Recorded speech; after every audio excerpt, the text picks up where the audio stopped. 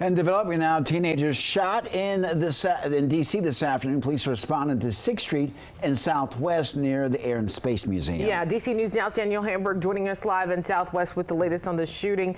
Daniel, what are you learning at this hour? Annalise and Mark, we are on 6th Street right here at the corner of C Street Southwest. What we're told is that the shooting happened right down 6th Street here, right by that railroad bridge. We're told that a group of teens were in the area, and as they were coming north on the street toward where we are right now, one of those teens took out a gun and shot another teen multiple times, at least twice, once at least in the arm and the leg. That bullet, or those bullets, flew quite a considerable distance. We're told that right in this area there was a van that was also hit. The bullet went straight through both of the back windows. We're told that it was a group of tourists who were outside of that van when that happened, so nobody was inside.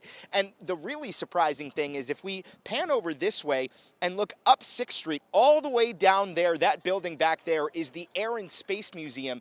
There is a bullet hole about 30 feet up on the left-hand side right there. So we're told by police that they believe one of the bullets that was fired down by the railroad bridge went all the way up there to the Air and Space Museum. So this whole area is still closed off for the moment as police continue to investigate. A large group of people over here. We know there's a hotel right here, so people have been in and out. A lot of tourists wondering what happened. We're told that the victim in this case, he has non-life-threatening injuries, so he is expected to be okay. There were no other injuries reported here. The victim ran north as the shooter ran south. So police are still trying to gather video surveillance footage to see if they can get any information about the shooter. For now, we're live in Southwest. Daniel Hamburg, DC News Now.